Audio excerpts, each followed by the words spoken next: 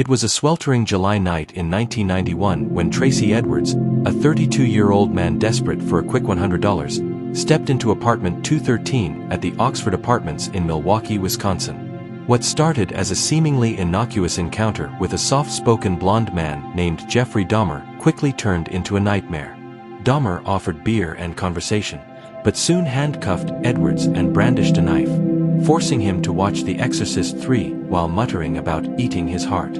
Edwards, sensing his life hanging by a thread, fought back, escaped through the door, and flagged down 2 police officers. "He's trying to kill me," Edwards gasped, the dangling handcuff on his wrist glinting under the streetlights. What the officers uncovered inside that apartment would expose one of the most gruesome serial killers in American history, a man who had already claimed 17 lives in a spree of murder, dismemberment, necrophilia, and cannibalism. This was the end of Jeffrey Dahmer's reign of terror, but the beginning of a city's reckoning with unimaginable horror. Jeffrey Lionel Dahmer's path to becoming the Milwaukee Cannibal began not with a sudden snap, but with a slow descent into isolation and darkness. Born on May 21, 1960, in Milwaukee to chemist Lionel Dahmer and teletype instructor Joyce Flint, Jeffrey's early years were marked by family instability. His parents' marriage was fraught with arguments, and Joyce struggled with depression, even attempting suicide. By age 4, after a hernia surgery, young Jeffrey became withdrawn, fascinated by dead animals. He collected roadkill, dissecting them in the woods behind his family's Ohio home, thrilled by the clean bones his father showed him how to preserve with bleach. This macabre hobby foreshadowed the horrors to come. Dahmer's adolescence at Revere High School in Bath Township, Ohio, was one of alienation.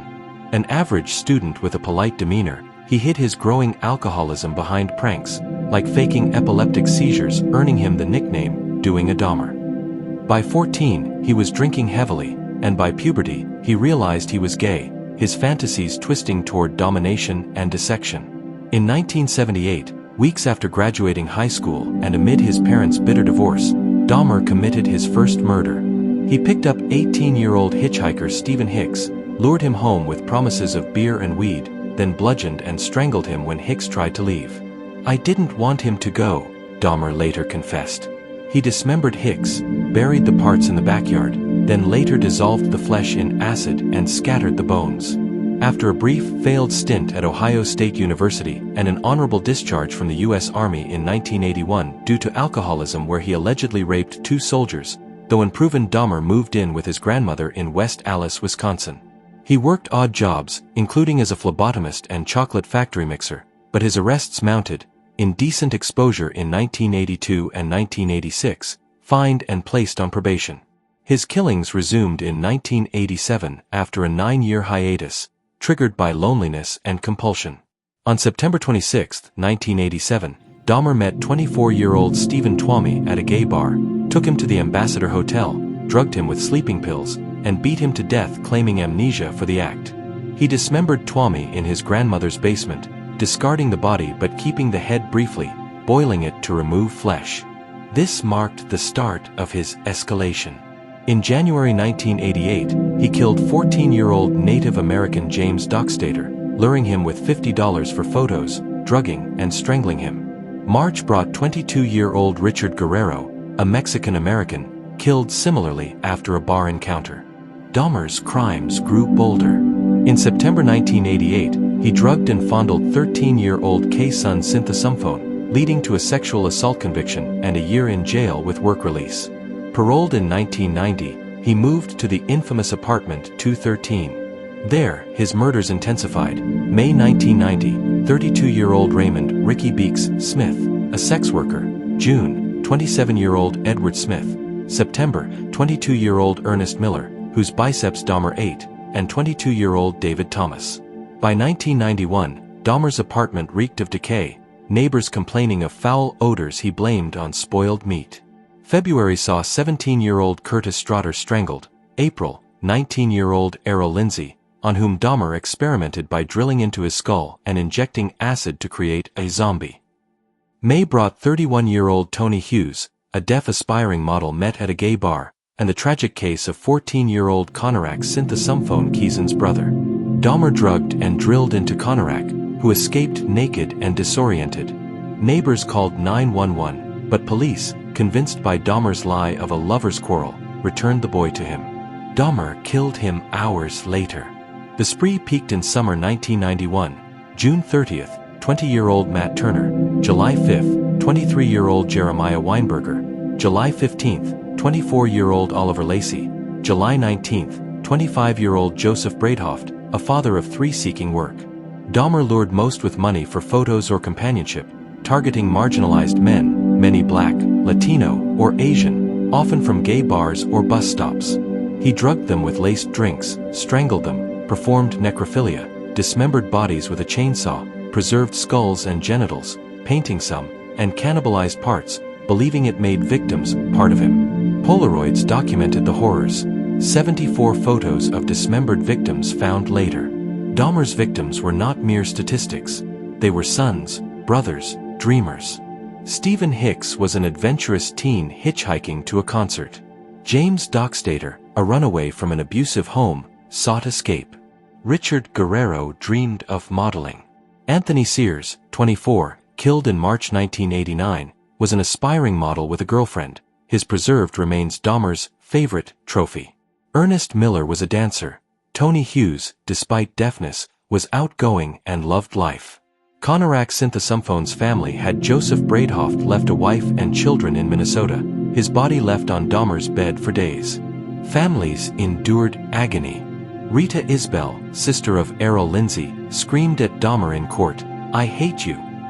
Shirley Hughes, Tony's mother, mourned her son's unfulfilled potential. Many victims were reported missing, but as gay men of color, their cases received scant attention, highlighting systemic biases. Psychologically, Dahmer was diagnosed with borderline and schizotypal personality disorders, plus psychotic features, but deemed sane-aware his acts were wrong. He blamed loneliness, alcohol, and fantasies of control, rooted in childhood abandonment fears. "I couldn't find any meaning in my life," he told interviewers. Yet, he showed remorse in prison, baptized before death. Dahmer's downfall came on July 22, 1991, when Tracy Edwards escaped. Police entered apartment 213, finding a human head in the fridge, severed hands, preserved genitals, and a 57-gallon drum of acid-dissolving torsos. Remains of 11 victims were identified. Dahmer confessed to 17 murders, detailing each with chilling calm. The FBI assisted, analyzing evidence under kidnapping statutes, linking cases via DNA, tool marks, and behavioral profiling. They probed unsolved murders in Ohio, Florida, and Germany, but found no further ties. The scene required a disaster response. Biohazard teams, forensic experts, and counselors for traumatized officers. Media frenzy ensued, dubbing him the Milwaukee Monster. Neighbors recalled odd smells and screams, dismissed as just Jeff.